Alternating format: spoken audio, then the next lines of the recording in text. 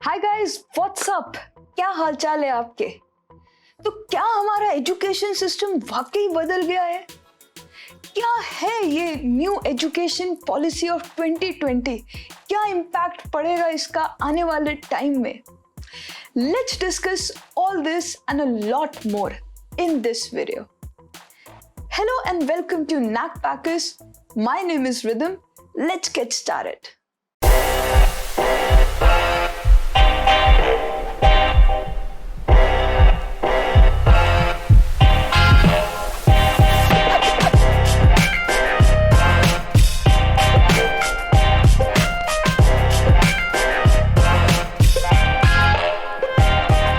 दोस्तों, जब इस एजुकेशन पॉलिसी के बारे में पता चला तो सबसे पहले मेरा रिएक्शन क्या था, या फिर कह लो किसी भी 90s किड का क्या रिएक्शन होगा? हमारे टाइम में ऐसे चेंजेस क्यों नहीं आए? एनीहाउ, नहीं आए तो नहीं आए, बट अब तो आ रहे हैं. लेट्स अंडरस्टैंड देम एंड सी कि ये कैसे इम्पैक्ट करने वाले हैं अच्छे वे में हमारे आने वाले एजुकेशन सिस्टम को. तो सबसे पहले तो दोस्तों ये समझते हैं कि इस एजुकेशन पॉलिसी के पीछे के क्या पर्पस है, क्या ऑब्जेक्टिव्स है. तो सबसे पहला क्या ऑब्जेक्टिव है कि हायर एजुकेशन में जितनी एनरोलमेंट्स होती है, जितनी पार्टिसिपेशन रेट है, वो इंक्रीज की जाए. कितनी इंक्रीज की जाए? Up to 50% by 2035. अभी कितनी है ये? अभी 2018 की बात करें तो सिर्फ और सिर्फ 26.3% थी. तो वहां से हमारा ऑब्जेक्टिव है कि इसको रेस किया जाए 50% तक. दूसरा ऑब्जेक्टिव हमारा क्या है कि स्कूल एजुकेशन में एनरोलमेंट, पार्टिसिपेशन बढ़े. कितनी बढ़े? 100% तक बढ़ जाए बाय 2030. अब देखते हैं कि तीसरा ऑब्जेक्टिव क्या है. Third objective is to promote e education, e learning. जैसे आप जानते हो कि हर जगह पर, हर एक फील्ड में डिजिटलाइजेशन की जा रही है, तो एजुकेशन में भी उसी चीज की प्रमोशन हो रही है. इससे क्या फायदा होगा? इससे सबसे बड़ा बेनिफिट क्या है कि हमारी जो रीच है वो बढ़ती है.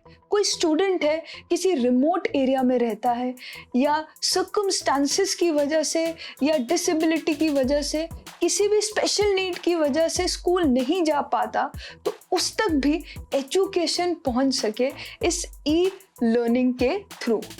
राइट? और क्या ऑब्जेक्टिव है हमारा? हमारा ऑब्जेक्टिव है कि ओवरऑल डेवलपमेंट हो, लर्निंग पे फोकस हो, मगिंग अप पे नहीं. पहले क्या होता था कि जो स्टूडेंट जितना याद रख सकता है उसके उतने ही ज़्यादा मार्क्स आने के चांसेस होते थे और वही टॉप भी करता था. लेकिन अब जो फोकस रखा जाएगा वो रखा जाएगा एक स्टूडेंट की ओवरऑल डेवलपमेंट पे, उसके स्किल्स पे, वोकेशनल स्किल्स पे, बहुत सारी चीज़ों पे, रादर देन सिर्फ और सिर्फ मगिंग अप पे. तो ये तो है बहुत अच्छा इम्पैक्ट जो क्रिएट किया जा सकता है एक स्टूडेंट की लाइफ में. तो दोस्तों ये है हमारे ऑब्जेक्टिव्स.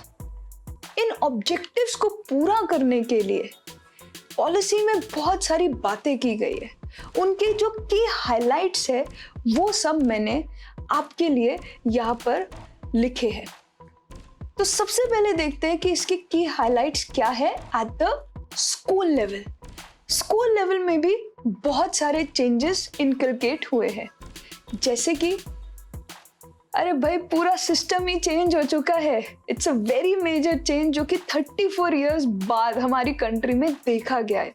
एंड बहुत सारी चीज़ें इंस्पायर्ड है from the western cultured education system. देखो, मैं आपको बताती हूँ कैसे ये एजुकेशन सिस्टम चेंज हो रहा है. पहले क्या स्ट्रक्चर था? पहले स्ट्रक्चर था 10+2 का, यानी 10th तक एक एजुकेशन लाइन मानी जाती थी और उसके बाद 11th-12th में हम अपनी हायर एजुकेशन के अकॉर्डिंगली एक सब्जेक्ट चूज करते थे. राइट? अब क्या होने वाला है? अब वो बिल्कुल ही डिफरेंट होने वाला है. अब अब क्या है, 5+3+3+4 का स्ट्रक्चर बनाया गया है एंड 3 ईयर्स से लेकर के 18 ईयर्स तक की पूरी गाइडलाइंस है कि एक चाइल्ड की एजुकेशनल डेवलपमेंट में किस तरीके से डिफरेंट फेजेस पे काम होने वाला है। तो यहाँ पर हमें गाइडलाइंस मिलते हैं टिल क्लास 5 ऑल्सो, उसके बाद 6 से 8 स्टैंडर्ड के गाइडलाइंस है और उसके बाद 9th से 12th स्टैंडर्ड के भी डिफरेंट गाइडलाइंस है जो कि अभी हम देखेंगे। अब एजुकेशन सिस्टम चेंज हो गया, लेकिन यहाँ पर जो सबसे बढ़िया बात मुझे लगी है वो है कि कोई साइंस नहीं, कोई कॉमर्स नहीं, कोई आर्ट्स नहीं। एक बड़ी ही ट्रेडिशनल वे ऑफ थिंकिंग थी। लोगों को ऐसा लगता था कि अगर उन्होंने साइंस चूज़ किया तो वो बड़े इंटेलिजेंट है और किसी ने आर्ट्स चूज़ किया तो उसको शायद कुछ आता नहीं है इसलिए उसने आर्ट्स चूज़ किया। अरे ऐसा नहीं होता, it's just a subject of your interest. आपको अगर किसी चीज़ में इंटरेस्ट है तो इररिस्पेक्टिव ऑफ द स्ट्रीम वो चीज़ बढ़िया है यार, आपको उसको परस्यू करना चाहिए। और उसी चीज़ को मोटिवेशन देते हुए ये एजुकेशन सिस्टम इस क्लासिफिकेशन को ही ख़त्म कर देता है। आपको फिजिक्स पसंद है, फिजिक्स पढ़ो, साथ में आपको पॉल साइंस पढ़ना है, आपको इकोनॉमिक्स पढ़ना है, अरे जो मन करता है वो पढ़ो। ये लेके आया है ये नया एजुकेशन सिस्टम, ये है इसका एक बहुत ही मेजर चेंज। आपको म्यूजिक पसंद है, डांस पसंद है, आप उसको अपना मेजर सब्जेक्ट रिकॉग्नाइज करवाना चाहते हो, करवा सकते हो इस नए एजुकेशन सिस्टम में, जो कि आज से पहले तो एक ड्रीम ही था। हम तो सोच भी नहीं सकते थे कि हम अपनी मर्जी के सब्जेक्ट्स चूज करेंगे। ठीक है, luckily it worked out for me कि मैंने कॉमर्स चूज किया, मेरे को उसमें मज़ा आ गया। लेकिन सबके साथ ऐसा नहीं होता, सबको अपनी मर्जी से सब्जेक्ट चूज करने का फ्रीडम देती है ये पॉलिसी। और क्या चेंजेस आए हैं? और पहले क्या था कि हमारा एजुकेशन सिस्टम, हमारी गवर्नमेंट इतने ज़्यादा फंड एलोकेट नहीं करती थी टुवर्ड्स एजुकेशन। पहले सिर्फ और सिर्फ 1.6% ऑफ जीडीपी ही स्पेंड होता था एजुकेशन पे, और अब टारगेट किया गया है कि 6% ऑफ जीडीपी हमारा एजुकेशन पे स्पेंड होना चाहिए। ये भी एक बहुत ही मेजर पॉजिटिव चेंज है। वेस्टर्न कंट्रीज में एजुकेशन पे बहुत फंडिंग स्पेंड होती है, हमारी कंट्री में भी अब उस पर टारगेट किया जाएगा। 5th पॉइंट क्या है? Multi linguistic approach. यानी कि हमारी कंट्री किस लिए नोन है? हमारे कल्चर के लिए नोन है, हमारी बहुत सारी लैंग्वेजेस है उसके लिए नोन है। तो ये सिस्टम क्या करता है? हमारी कंट्री की लैंग्वेजेस को प्रमोट करता है। ये सिस्टम क्या बोलता है कि 5th ग्रेड तक कोई भी स्टूडेंट अपनी लोकल या रीजनल लैंग्वेज में पढ़ाई कर सकता है। तो इससे क्या होगा? हमारी जो लोकल लैंग्वेजेस है, हमारा जो लोकल कल्चर है, वो भी एजुकेशन सिस्टम के थ्रू आगे और ग्रो कर पाएगा। ठीक है जी। इसके बाद देखते हैं और क्या रिफॉर्म्स आए हैं। एक बहुत ही इंटरेस्टिंग रिफॉर्म है हमारे असेसमेंट के पर्सपेक्टिव से। पहले क्या होता था? सिर्फ और सिर्फ टीचर इवैल्यूएशन होती थी, यानी टीचर ने मार्क्स दे दिए, हो गया, स्कोर कार्ड खत्म। अब क्या होने वाला है? अब टीचर तो इवैल्यूएट करेगा ही, उसके साथ साथ स्टूडेंट को भी एक अपॉर्चुनिटी मिलेगा कि वो भी अपने आप को इवैल्यूएट कर सके, अपने पीयर्स को इवैल्यूएट कर सके। सेल्फ इवैल्यूएशन बहुत ही ज़्यादा ज़रूरी है। टीचर आपको कब तक बता देगा कि आप सही कर रहे हो या गलत, आपने अच्छा परफॉर्म किया या बुरा? इवेंचुअली लाइफ में हमें खुद ही इवैल्यूएट करना होता है। तो वो हैबिट, वो सोच इनकलकेट होगी अगर अर्ली चाइल्डहुड में एक स्टूडेंट के, तो वो उसको बहुत अच्छे से इम्पैक्ट कर सकती है उसके फ्यूचर के लिए। और इसके लिए एक सेंटर भी बनाया गया है जिसका नाम है परख, जो कि डिफाइन करेगा कि किस तरीके से ये इवैल्यूएशन सिस्टम इम्प्लीमेंट होगा। इसके बाद बात करें एक और बहुत इंटरेस्टिंग फैक्ट की, जो है कि वोकेशनल स्किल्स को मोटिवेट किया जाएगा फ्रॉम 6th क्लास ऑनवर्ड्स। आपको कोडिंग आती है? बड़ी ही इंटरेस्टिंग चीज होती है, और कोडिंग कंपल्सरी कर दी गई है from 6th class onwards. China में ये चीज ऑलरेडी हो रही है, हमारी कंट्री में भी अब ये चीज होगी। सिर्फ कोडिंग ही नहीं, बहुत सारी चीजें, जैसे कि no bag 10 days in an year, कोई बैग नहीं लाना होगा। हमारे तो बैग्स इतने हैवी होते थे कि हम बैग को उठा रहे या बैग हमें पता ही नहीं चलता था। तो वो चीज़ को इम्प्रूव करने के लिए नो बैग 10 days इंड्यूस किया गया है। इसके अलावा बहुत सारे स्किल्स, जैसे कि गार्डनिंग, कारपेंट्री हो गया, या इस टाइप के बहुत सारे काम हो गए जिनको मोटिवेशन दी जाएगी। स्टूडेंट्स को ये सारी चीज़ें सिखाई जाएगी स्कूल्स के अंदर।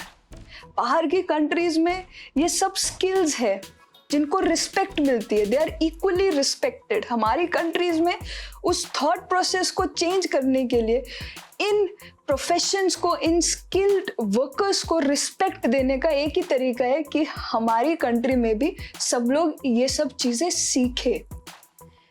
और भी बहुत सारी वोकेशनल स्किल्स की बात होगी, जैसे कि आपको फिजिक्स आती है लेकिन आपको बल्ब बदलना नहीं आता, तो वो सारी चीज़ों पे फोकस रहेगा।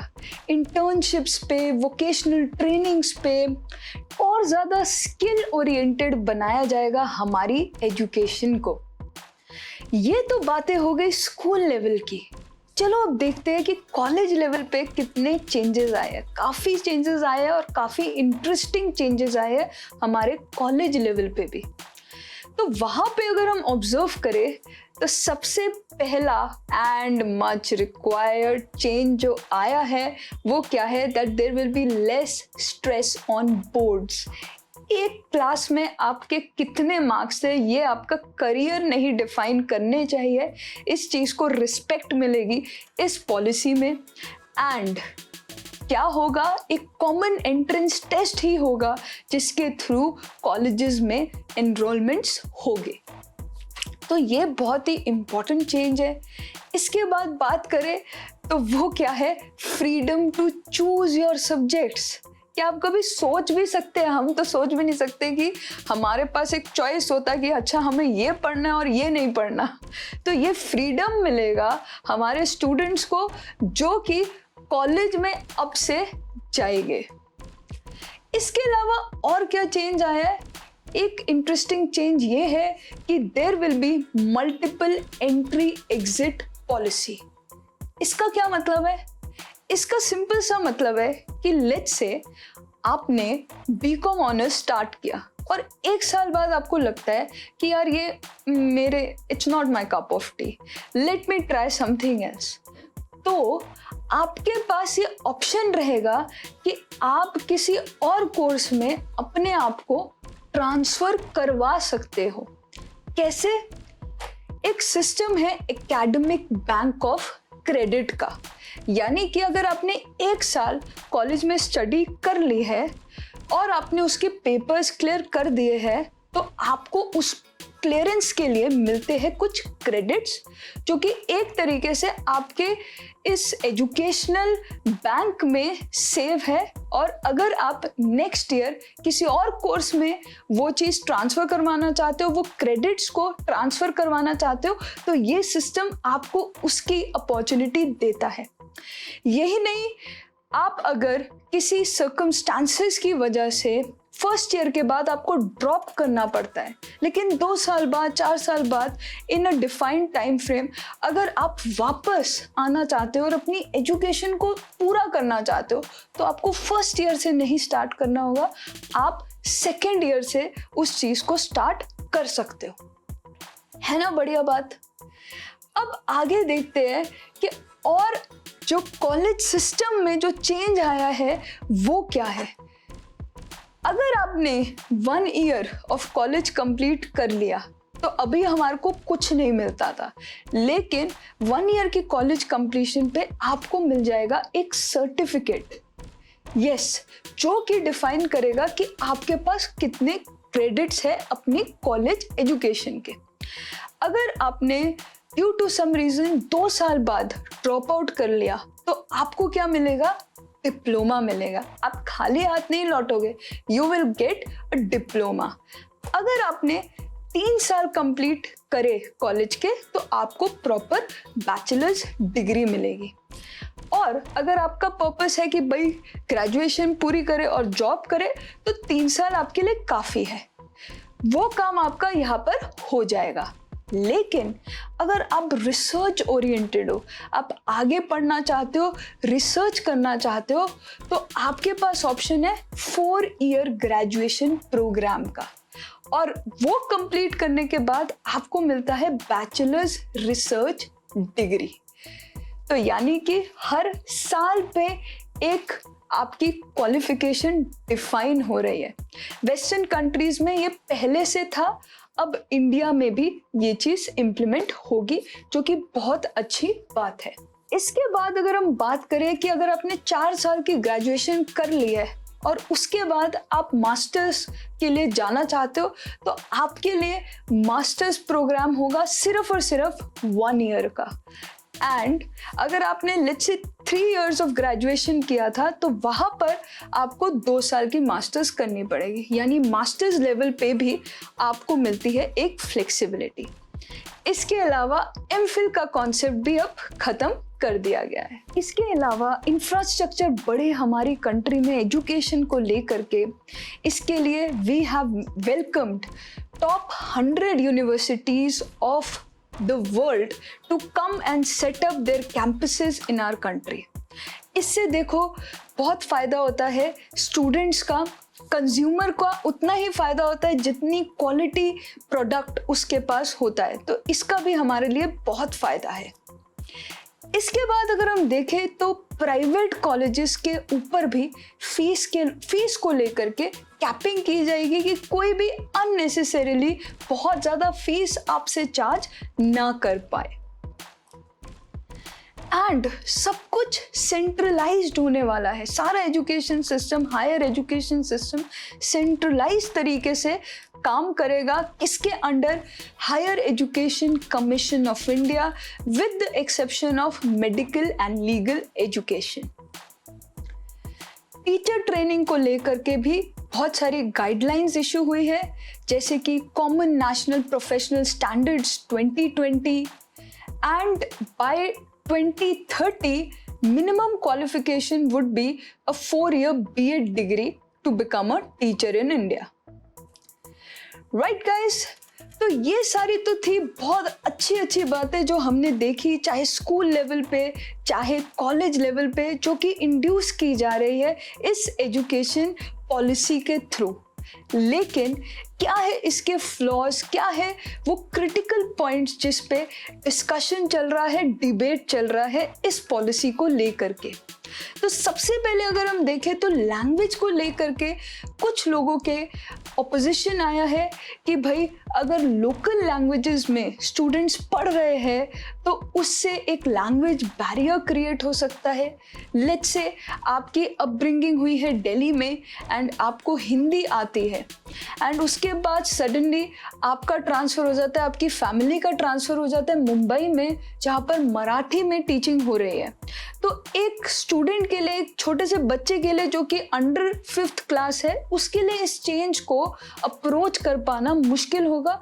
तो movement between states can be impacted.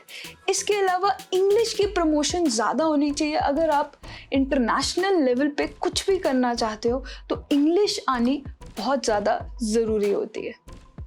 इसके अलावा और क्या डिबेटिंग पॉइंट्स है? डिबेटिंग पॉइंट यही है कि इम्प्लीमेंटेशन इतनी सारी चीज़ों का किस तरीके से होगा, फेज्ड मैनर में होगा। गवर्नमेंट धीरे धीरे बताएगी कि किस तरीके से वो ये सब चीज़ों को इम्प्लीमेंट करने वाली है। क्या चैलेंजेस आएंगे? डेफिनेटली आएंगे। लेकिन जब भी हम चेंज करना चाहते हैं कुछ भी तो चैलेंजेस तो आते ही है ना, लेकिन उन चैलेंजेस से डरना नहीं होता है। जो भी हमारे रोड ब्लॉक्स है उनको हमें ओवरकम करना होता है और आगे बढ़ना होता है।